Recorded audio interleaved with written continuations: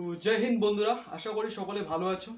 তো আজকের ভিডিওটা তাদের জন্য যারা 2025 সালে এসএসসি জিডি এক্সাম দিতে চলেছে, যারা নিউ লার্নার, যারা 2024 সালে এসএসসি জিডি এক্সামে কিছু নাম্বারের জন্য কোয়ালিফাই করতে পারিনি, তো তাদের জন্য।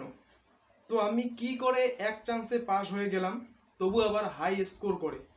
আমি কিন্তু এসএসসি জিডির জন্য কোনো প্রিপারেশন করি নাই, তবুও কিভাবে এত নাম্বার পেলাম। তো আমি শর্ট টাইমের মধ্যে কোন কোন টপিকের ওপর বেশি জোর দিয়েছিলাম সেটা আজকে তোমাদের সামনে শেয়ার করতে চলেছি। তো প্রথমত যদি তোমরা এসএসসি জিডি সিলেবাস দেখো, তো 4টা বিষয় রয়েছে: ম্যাথামেটিক্স, রিজনিং, জিকে আর ইংলিশ অথবা হিন্দি। তোমরা যে কোনো একটা চয়েস করতে পারো। তো এখানে 80টা কোশ্চেন থাকে, প্রত্যেকটা কোশ্চেনে 2 নাম্বার, 160 নাম্বারের এক্সাম হয়। তো কম বেশি এটা সবাই জানো। তো যাওয়া যাক মেন টপিকে। তো দেখো ম্যাথে তোমরা কোন কোন টপিকে বেশি জোর দেবে। ম্যাথ পার্টিকুলার কয়েকটা ভাগে বিভক্ত থাকে, যেমন পাটিগণিত, বীজগণিত, অ্যালজেব্রা যেটাকে আমরা বলি, তারপর তোমার জিওমেট্রি থাকে, ট্রিগনোমেট্রি থাকে। এগুলোর কোনো দরকার পড়ে না, শুধু আমরা দেখব তোমার পাটিগণিত আর বীজগণিত। তো দেখো বন্ধুরা, এরিথমেটিকে তোমরা কোন কোন টপিকটা দেখবে বেশি, ঠিক আছে? দেখো শতকরা যেটা পার্সেন্টেজ, সেখান থেকে দেখবে প্রত্যেকটা শিফটে 2 থেকে 3টা করে কোশ্চেন থাকে, ঠিক আছে? তারপর দেখবে গড় যে চ্যাপ্টারটা, সেটাকে তোমরা বেসিকটা পুরোটা কমপ্লিট করবে, ঠিক আছে? গড় থেকে 2 থেকে 3টা থাকে। তারপর দেখবে লাভ ক্ষতি, যেটা হচ্ছে তোমার প্রফিট লস, ঠিক আছে?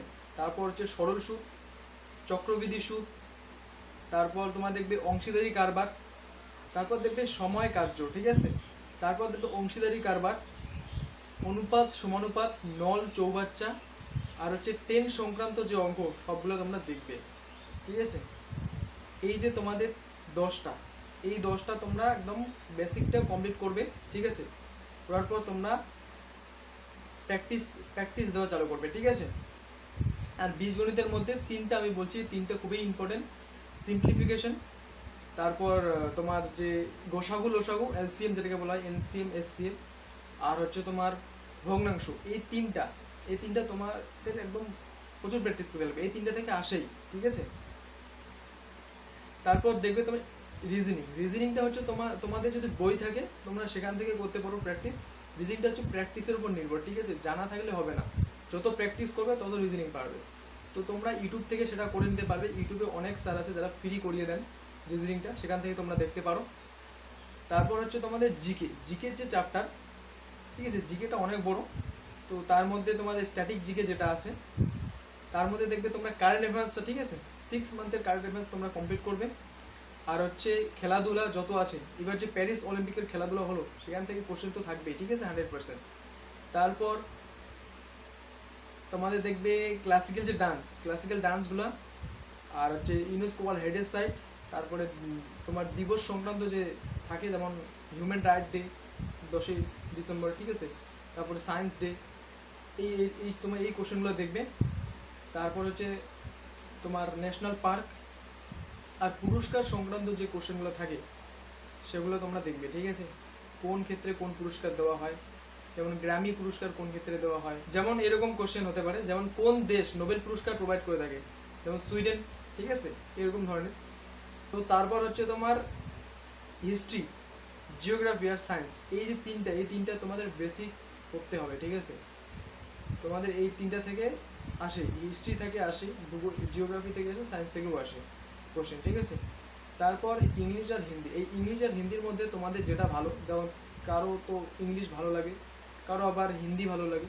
তো আমি দুটাই পড়ি নাই বলতে গেলে, তো আমি হিন্দিটা দিয়েছি, সেখানে অ্যাটেম্প করেছি। তো হিন্দি আমার ভালো নাম্বার আসছে না পড়েও। কীভাবে আসলো সেটা হলো আমার একটা কারণ, আমি তোমাদের টিডাব্লিউএস না, টেক্সট বুক, ঠিক আছে? তো আমি টেক্সট বুক অ্যাপ আমার, যেখানে আমি মেম্বারশিপ নিয়েছিলাম, 1 বছরের মেম্বারশিপ নেওয়া আছে। সেখানে আমি মক টেস্ট দিয়েছিলাম এসএসসি জিডির জন্য। তো সেখানে যে হিন্দিগুলো আমি অ্যাটেন্ড করেছিলাম, তো একই রকম এসেছিলো, এই জন্য আমার হিন্দিটা সেখানে আমার ভালো নাম্বার আসছে, আর সেখান থেকে আমার হিন্দিটা কভার হয়ে গেছে, ঠিক আছে? তো আমি যেগুলো টপিক বললাম তোমরা সেগুলো ফলো করো, দেখবে তোমাদের নাম্বার ইনক্রিজ হবেই 100%। তো বন্ধুরা বেশি কথা না বলি, ভিডিওটা অনেক বড় হচ্ছে। যদি তোমাদের কোনো প্রবলেম থাকে তাহলে তোমরা কমেন্ট সেকশনে জানিয়ে দেবে, আমি সেটার সলিউশন নিয়ে আসবো। তো দেখা হচ্ছে নেক্সট ভিডিওতে। জয় হিন্দ, জয় ভারত।